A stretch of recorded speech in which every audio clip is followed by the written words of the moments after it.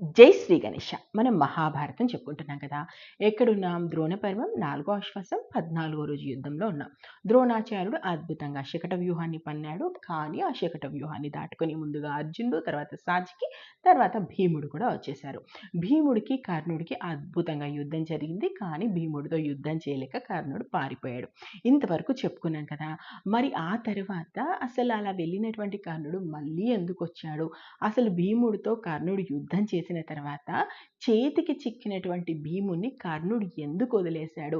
భీముడికి కర్ణుడు ప్రాణభిక్ష ఎందుకు పెట్టాడు? అసలు ఇంత అంటే తన ఒళ్ళు హూనం చేసి దుర్యోధని తమ్ముళ్ళందరినీ చంపిన తర్వాత కూడా భీముని వదిలిపెట్టడానికి కారణం ఏంటి? అసలు ఏం జరిగింది? ఇదంతా చూసి అర్జునుడు ఏం చేశాడు? ఇంకా ఎవరెవరు యుద్ధం మధ్యలో కలగజేసుకున్నారు? ఇవన్నీ కూడా మనం ఈ రోజు ఎపిసోడ్‌లో చూద్దాం. సో, ఎప్పుడైతే కర్ణుడు అలా వెళ్ళిపోయాడో వెంటనే దుర్యోధన తమ్ముళ్ళైనటువంటి దుర్మరణుడు, దుర్మధుడు, దుస్సాహుడు వీళ్ళొచ్చేసి భీముడితో యుద్ధం చేస్తుంటారు.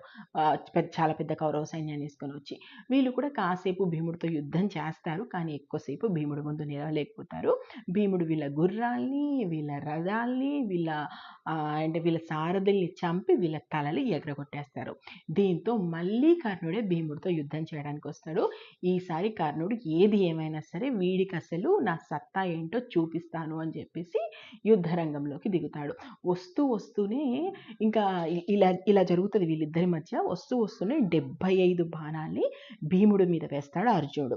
భీముడేమి ఊరుకోడు. అంతకు రెండింతలు 150 బాణాల్ని కర్ణుడి మీద వేస్తాడు. అంతేకాదు కర్ణుడు ధనస్సును కూడా విరిచేస్తాడు. మరో విల్లు తీసుకుంటాడు కర్ణుడు. దాన్ని కూడా భీముడు నరికేస్తాడు. ఆ తర్వాత అతని సారథిని కూడా, ఎవరైతే కర్ణుడు సారథి ఉన్నాడో సారథిని కూడా చంపేస్తాడు. గుర్రాల్ని కూడా గట్టిగా కొట్టేస్తాడు. కొట్టేసిన తర్వాత ఇంకా కర్ణుడు చేసేదేమీ లేక తన రథాన్ని దిగుతాడు. నేల మీద నుంచి భీముడితో యుద్ధం చేస్తుంటాడు. ముందుగా ఒక గద తీసివేస్తాడు. ఆ గదను మధ్యలో ముక్కలు చేసేస్తాడు భీముడు. ఆ తర్వాత కింది నుంచి ఇప్పుడు కర్ణుడు కిందున్నాడు, భీముడు రథం మీద ఉన్నారు. వీళ్ళిద్దరికి మధ్యలో యుద్ధం జరుగుతుంది. ఇంతలో మళ్ళీ దుర్యోధనుడు ఏం చేస్తాడు? చిత్రుడు, చిత్రాక్షుడు, చారుచిత్రుడు, చిత్రయూధుడు వీళ్ళు దుర్యోధన తమ్ముళ్ళు. తన తమ్ముళ్ళని కర్ణుడిని రక్షించడానికి పంపిస్తారు. అలాగే కర్ణుడికి మరొక రథాన్ని కూడా పంపిస్తాడు. సో ఆ రథం రాగానే కర్ణుడు ఆ రథం ఎక్కిస్తాడు. కానీ ఇంతలో భీముడు దుర్యోధని తమ్ముళ్ళు ఎవరికి ఇప్పుడు పంపించిన వాళ్ళు ఉన్నారో వాళ్ళ తలకాయలు ఎగరగొట్టేస్తాడు. సో తన కళ్ళ ముందే దుర్యోధన తమ్ముళ్ళని ఒక్కొక్కరిని భీముడు చంపుతుండడంతో కర్ణుడు ఇలా అనుకుంటాడు, ఛీ, నాది ఓ బ్రతికేనా? ఏంటిది? నేను నా కళ్ళ ముందే రాజకుమారులందరూ కూడా చనిపోతుంటే ఇలా చూస్తూ ఉన్నాను. ఇప్పుడు నేనేంటో వీడికి చూపిస్తాను. యుద్ధానికి రావాలంటే భీముడే భయపడిపోవాలి. అలా ఈరోజు వీడి సత్తో నా సత్తో చూడాల్సిందే అని చెప్పేసి ఇంకా తెగించి కొట్లాడడానికి వచ్చేస్తాడు. అసలు ఇక సంజయుడు చెప్తుంటాడు, వీళ్ళిద్దరి మధ్య యుద్ధం జరుగుతుంటుందంట. ఎవరికి తక్కువ కాదు. కృష్ణార్జునులు సైతం వాళ్ళు చేస్తున్నటువంటి యుద్ధాన్ని అలా ఆపి భీముడు ఏం చేస్తున్నాడా అని చూస్తుంటారు. అసలు భీముడు కొడుతుంటే కృష్ణార్జునులు నవ్వుతుంటారు. అదేవిధంగా కర్ణుడు కొడుతుంటే దుర్యోధనుడు అతని తమ్ముళ్ళు నవ్వుతుంటారు. సో అలా వీళ్ళిద్దరి మధ్య యుద్ధం అనేది జరుగుతుంది. మొత్తానికైతే కర్ణుడు ఏదైతే ఇప్పుడు దుర్యోధనుడు వీళ్ళిద్దరి మధ్య యుద్ధం జరుగుతుంటే చాలా పెద్ద సైన్యాన్ని భీముడు మీదకి పంపిస్తున్నాడు. కానీ ఎవడు వచ్చిన వాడిని వచ్చినట్టు చంపేస్తుంటాడు. ఒక్క కర్ణుడు తప్ప మిగిలిన వారు ఎవ్వరు కూడా నిల్చొని యుద్ధం చేయరు. సో ఆ రకంగా ఇద్దరు కూడా రక్త స్నానాలు చేసేసారు. గదలతో కొట్టుకున్నారు, బాణాలతో కొట్టుకున్నారు. శరీరం గుల్ల అయిపోయింది. ఇద్దరికి ఏవైతే కవచాలు ఉంటాయో ఆ కవచాలు కూడా పగిలిపోయాయి. ఓ సమయంలో కర్ణుడి కవచాన్ని ముక్కలు చేసేస్తాడు భీముడు. ఆ తర్వాత మరో కవచాన్ని వేసుకుంటాడు కర్ణుడు. ఆ తర్వాత భీముడు కవచాన్ని ముక్కలు చేస్తాడు కర్ణుడు. సో అద్భుతంగా యుద్ధం జరుగుతుంటుంది. ఇంతలో మళ్ళీ చిత్రాయుధుడు, వికర్ణుడు వీళ్ళు కూడా దుర్యోధన తమ్ములు. వీళ్ళు కూడా వస్తారు. వీళ్ళని కూడా భీముడు చంపేస్తాడు. ఆ తర్వాత ఈ రకంగా ఇంకా యుద్ధం జరుగుతూ ఉంటుంది. ఒక రకంగా ఎలా ఉంటుంది అంటే ఇద్దరికి సంబంధించి వాళ్ళ జెండాలు విరిగిపోతాయి. వాళ్ళ రథసారథులకి బాగా దెబ్బలు తగిలిపోతాయి. ఒకరి మీద ఒకరు రకరకాల అస్త్రాలు వేసుకుంటూ ఉంటారు. అయితే ఇక్కడ పెద్ద విషయం ఏంటంటే కర్ణుడితోటి భీముడు ఇంత గొప్పగా యుద్ధం చేస్తుండడంతో కేవలం కృష్ణార్జునులే కదా, అక్కడ ఉన్నటువంటి కౌరవ సైన్యం కూడా ముక్కు మీద వేలేసుకుంటుంది. అబ్బా, అవురా భీముడేంటి అదే ద్వంద్వ యుద్ధం బాయి తలపడ్డాడంటే ఏమో అనుకోవచ్చు. కానీ ధనుర్విద్యలో కర్ణుడిని ఇంత గొప్పగా ఓడిస్తున్నాడు. అసలు ఏంటి అని జెప్పేసి వాళ్ళందరూ కూడా వాళ్ళలో వాళ్ళు మాట్లాడుకుంటూ ఉంటారు. అయినా కూడా కర్ణుడు ఒక్కసారి ఇంకా ఇలా ఇలా ఉంటదింక వీళ్ళిద్దరి మధ్య. వీళ్ళిద్దరూ చిత్ర విచిత్రమైన బాణాలు వేసుకుంటారు. ఎవరు ఎవరిని లక్ష్యపెట్టరు. దారుణమైనటువంటి బాణాలు భీముడి మీద వేస్తుంటాడు. అదే విధంగా కర్ణుడు వేస్తున్నటువంటి బాణాలను మధ్యలోనే ఆపుతూ అంతకంటే దారుణమైనటువంటి బాణాలను కర్ణుడి మీద వేస్తుంటాడు. అయితే ఇంతలో భీముడు వేసినటువంటి ఒక బాణము కర్ణుడి కుండలాలుంటాయిగా, ఈ కుండలాన్ని కొట్టుకుంటూ దీన్ని ఆకాశంలోకి తీసుకెళ్ళి మళ్ళీ పడేస్తదంట. ఆ దృశ్యం చూడడానికి చాలా అద్భుతంగా ఉంది అని చెప్తాడు సంజయుడు. ఇంకా ఆ తర్వాత కర్ణుడు అప్పటి వరకు మామూలుగా భీముడితో బాహి బాహి అంటూ యుద్ధం చేశాడు కానీ, ఇంకా ఒక్కసారి కర్ణుడు విపరీతంగా రెచ్చిపోతాడు. ఇంకా వీడిని ఉపేక్షించేది లేదు అని చెప్పేసి ఒక్కసారిగా తనను తాను అంటే సింహం కనుక జూలు దులుపుతున్నట్టుగా ఒక్కసారి ఇలా అనుకోని ఇక వీడి సంగతి ఏంటో చూస్తాను అని చెప్పేసి ఆ కళ్ళన్నీ ఎరపెక్కిపోతాయంట కర్ణుడు. వెంటనే ఇలా యుద్ధం చేస్తుంటాడు. ఉగ్ర నరసింహుడు అయినటువంటి కర్ణుడు భీముడు విల్లును విరిచేశాడు. అతని గుర్రాలే నరికేశాడు. ఆ విధంగా అతని గుర్రాలు అక్కడ చచ్చుబడిపోయాయి. వెంటనే అతని జెండాను ఎగరగొట్టేశాడు. అతని రథసారథమైనటువంటి విశోకుడి ఒళ్ళంతా చిల్లయ్యేటట్టు కొట్టాడు. అది భరించలేక వాడు అది రథం దిగేసి యుధమాన్యుడు రథం ఎక్కి పారిపోయాడు. ఇంకా అదేవిధంగా వెంటనే ఒక శక్తి తీసి ఆ శక్తిని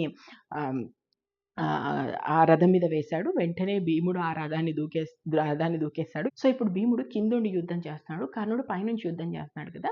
వెంటనే కింద నుంచి ఒక గద తీసి కర్ణుడి మీదకి విసురుతాడు. కర్ణుడు దాన్ని ముక్కలు ముక్కలు చేసేస్తాడు మధ్యలో.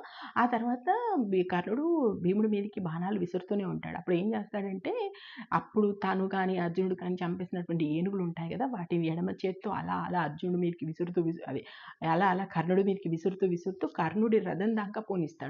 రథం దాకా పోనిచ్చేసరికి కర్ణుడు ఏం చేస్తాడు వెంటనే, ఎందుకంటే భీముడితో ద్వంద్వ యుద్ధం చేసేటువంటి శక్తి కర్ణుడికి లేదు కాబట్టి వెంటనే ఏదైతే జెండా కర్ర పెట్టినటువంటి కింద కూర్చోవడానికి వీళ్ళు వేసుకున్నటువంటి ఏదైతే పీఠం ఉంటుందో దాని కిందికి వెళ్ళి దాచుకుంటాడు. భీముడు వస్తాడు, అటు ఇటు చూస్తాడు, ఏంటి వీడు కనిపించట్లేదు, దూకేమైనా పారిపోయాడు, అటు ఇటు అనేలోపు ఒక్కసారిగా పైకి లేసి శరవర్షాన్ని భీముడి మీద కురిపిస్తాడు. అసలు భీముడు అప్పటికి కూడా అంత బాణాలు గుప్పిస్తున్నా కూడా ఎలా అయినా సరే ఒక 4 గుద్దులు ఈయన్ని గుద్ది చంపేద్దాం అన్నట్టుగా పిడిగుద్దులు గుద్దడానికే వెళ్తుంటాడు. సంజయుడు అంటాడు ఇక్కడ ఒక మాట, నిజంగా భీముడు చంపాలనుకుంటే చంపేవాడేమో, అంత దగ్గరగా వెళ్ళాడు కర్ణుడికి. కానీ వాడిని అర్జునుడికి వదిలేసి ఊరుకుంటాడు. లేకపోతే ఆ 4 గుద్దులు అంటే పిడిగుద్దుల్లో ఏవి కర్ణుడి మీద పడ్డా కర్ణుడు బ్రతికేవాడు కాదు. కాకపోతే ఏంటంటే కర్ణుడు అక్షర వర్షం కురిపిస్తుండడంతో ఏం చేయలేక నిస్సహాయ స్థితికి వెళ్ళిపోతాడు భీముడు. వెంటనే ఇక్కడ అర్జునుడు వెళ్ళేటప్పుడు ఒకటి చేసి వెళ్తుంటాడు కదా, మీకు యుద్ధం మధ్యలో చెప్పుంటాను నేను. తను ఒక్కడే తన రథం వెళ్తుంది కాబట్టి వెనుక పెద్దగా కౌరవ సైన్యం ఉంది కాబట్టి కౌరవ సైన్యం ఒక్కసారిగా తన మీద వచ్చి పడకుండా ఏం చేస్తుంటాడంటే అర్జునుడు ఈ ఏనుగులు, గుర్రాలు, రథాలు, రథికులు చంపేసిన వాళ్ళు ఉంటారు కదా, వాళ్ళని ఒక గోడలాగా పేర్చుతుంటాడు. తను ముందుకు వెళ్తూ తన వెనుక ఒక గోడను పేర్చుతుంటాడు. ఎందుకంటే సైన్యం పొలోమని తన మీద పడకుండా ఉండడానికి. అంటే అలా ఒక ప్లాన్ ప్రకారం అర్జునుడు వెళ్తుంటాడు కాబట్టి అలాంటి గోడలు చాలా నిర్మించి పెడతాడు అప్పటికి అర్జునుడు. కాబట్టి అలాంటి ఒక దాని దగ్గరికే వెళ్ళి భీముడు దాని వెనక నిల్చొని ఉంటాడు. ఇంకా కర్ణుడు మెల్లగా తన రథాన్ని భీముడి దగ్గరికి పోనిస్తాడు. ఒక్కసారి కర్ణుడు భీముని చూస్తాడు. నిస్సహాయుడుగా ఉన్నాడు, నిరాయుధుడుగా ఉన్నాడు.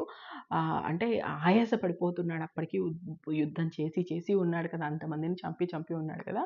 ఒక్కసారి భీముడిని చూడగానే ఎక్కడ లేని జాలొచ్చేస్తది కర్ణుడికి.